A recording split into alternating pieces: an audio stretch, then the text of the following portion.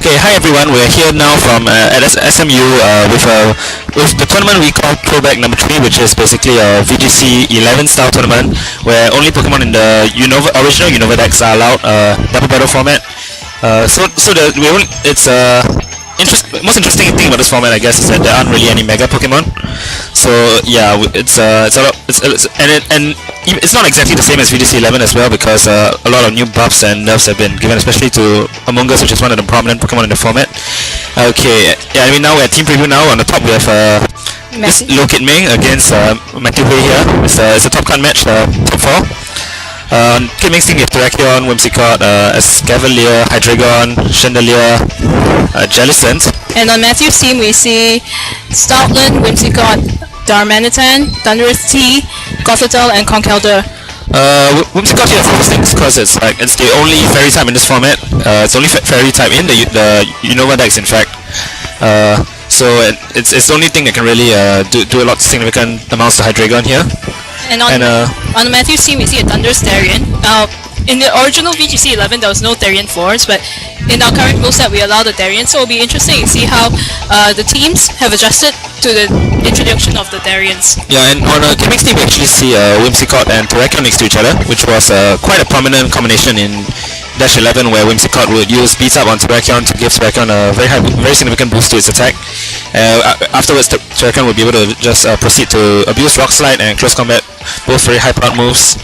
And Rock Slide even having spread coverage. Although it is very significant to note that in this format now, even though we used to have, we no longer have the gems, which were actually a very crucial part of Dash 11 because of the ability to turn just about any attack into a nuke for one turn. And so we go straight into the battle.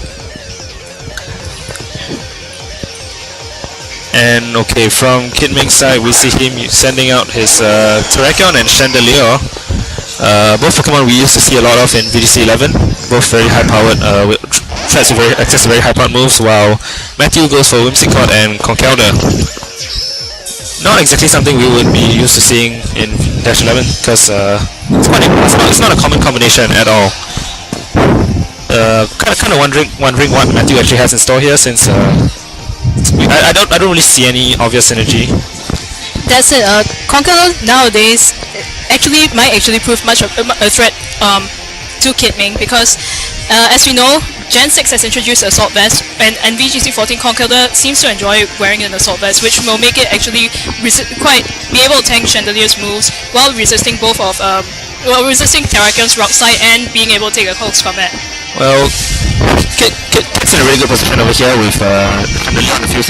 Whimsicott is not going to enjoy facing off against Chandelier at all, with super effective fire attacks being thrown at it, that could possibly be thrown at it.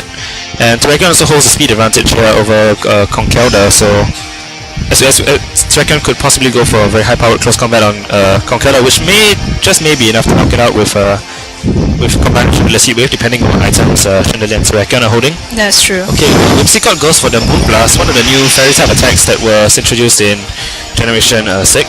Terrakion survives and launches out a close combat to Conkeldurr, doing more than half damage. Quite an incredible amount here.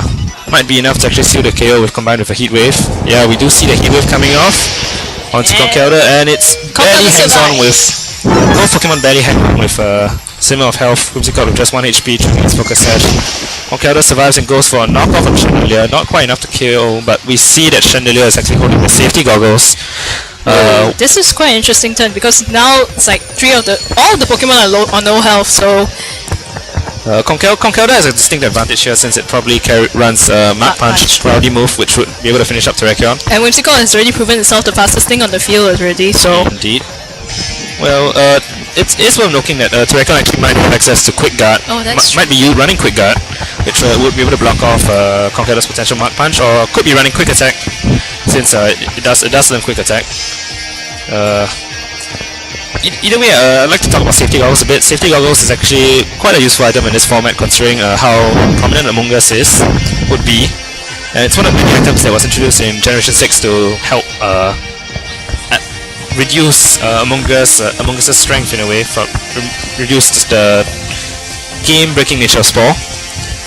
So it's interesting measure against Among Us here with safety goggle chandelier. That's it. I don't think either of these two players are running Among Us, right? No, we didn't. I don't recall seeing any Among Us in team preview. Seems like the players are taking their time to consider moves. Yeah, okay. And Terrakan goes for the protect. Perhaps a clear indication that it does not have quick guard or quick attack. Conkelda does go for the mark punch as expected.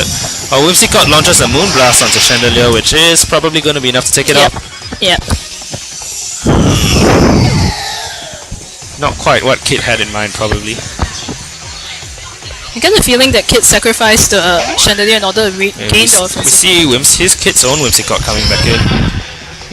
Possibly, it puts Kit in a much better position now. Whimsicott should at least be able to spot high with Matthew's Whimsicott and easily knock out Conkelda. Assuming it's running offensive move. Never really know, since Whimsicott's tended to be run purely supportive sets in Dash 11. Certainly not going to fire off a beat up to Terrakan at this point though. Conkelda does go for the map punch onto Terrakan, taking it out with Matthew securing a 2-0, 2-4. Yeah, with Kit, now Kit only has 2 Pokemon left. Clear lead for Matthew. Matt does lose Conkelda this turn as well, so it's 3-2 I believe right now. And Whimsicott goes for an endeavor onto Kit's own Whimsicott, bringing it down to 1 half as well. 1 HP. Not quite what I was expecting there. Yeah. Matt still holds the numbers advantage here though. Yeah. Okay, Kit's last Pokemon's Hydreigon, something that definitely won't like facing off against Whimsicott at all, given Hydreigon's 4 times weakness to fairy type moves. And Matthew has brought out his Darmanitan, which actually net him the VGC 11 championship title in Singapore. Quite a Pokemon that he's quite used to playing. One of his favorites because of the sheer force power boost. You don't really see any way for Kit to come back here now, since but perhaps he has to try and secure the kill on Whimsicott. Though it's a bit iffy, since he's gonna have to risk a speed tie here. Still, if Matthew were to win the speed tie, it's pretty much a clear win for him. Yeah. Since Moonblast should be able to knock out Hydreigon in a hit, and Darmanitan should be able to take out Whimsicott without much difficulty at all. And Hydreigon goes for the Kit protect. opts to protect with Hydreigon, perhaps indicating he's not running a choice set. Wow, we see Kit's Whimsicott going for the tailwind, perhaps trying to avoid having to risk the speed tie, although Darmanitan goes for the rock slide, which is going to be enough to stun the Whimsicott, which is left with 1 health. Safe move by Matthew there, because Moonblast will easily take out Hydreigon, and rock slide at least manages to deal some damage to Whimsicott if he doesn't. Even though Kit has now has killed him, honestly there isn't really much chance that he's going to make a comeback here, since Hydreigon can only target 1 Pokemon at a time, and both Darmanitan and Whimsicott are able to hit it super effectively. Flamethrower goes off to Whimsicott, taking it out. Anticipate to see either Hammer or Superpower coming now from Darmanitan. But Darmanitan continues to use Rock Slide. I wonder if that means... It might indicate that Matthew doesn't have a fighting type move. Remains to be seen. Thunderous Darren comes out. Not a bad position for Kid actually, since not like he's gonna be able to come back, but it's not gonna be a total train wreck steamroll for him, since he probably can secure 1 more KO if he wishes to.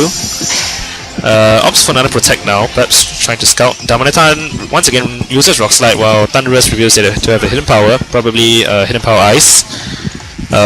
Standard VGC stuff.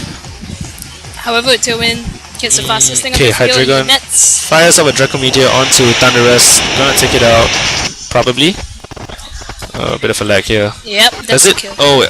Does it hang on? I thought I saw number 3. Okay, Thunderous Darren is down. Just Darmanitan and Hydreigon now, though Hydreigon is at -2 after Draco Meteor, and Rock Slide is probably gonna take Hydreigon out. Is it? Yep, it will. And yes, Hydreigon goes down, so Matthew takes game 1. Quite a fast-paced match we had here. Yeah, it's a lot. VGC 11 was similarly a really fast-paced format, because many of the threats were either tended to be really high-powered nukes, alongside being rather frail, as we have seen. Apart from the occasional Trick Room teams, which were relied on bulk instead and capitalized on how fast and frail everything was. So we can see that how turn 1 played out was actually really crucial in this match. Yes. Since once Matthew regained the momentum by surviving the heat wave, it was pretty much he was pretty much in control for the rest of the game. It's probably in a pretty bad position, probably having to try to figure out how to take out Matthew's Pokemon, since they've proven to be quite bulky, all things considered, and the Endeavor Whimsicott with the Focus Sash. Indeed.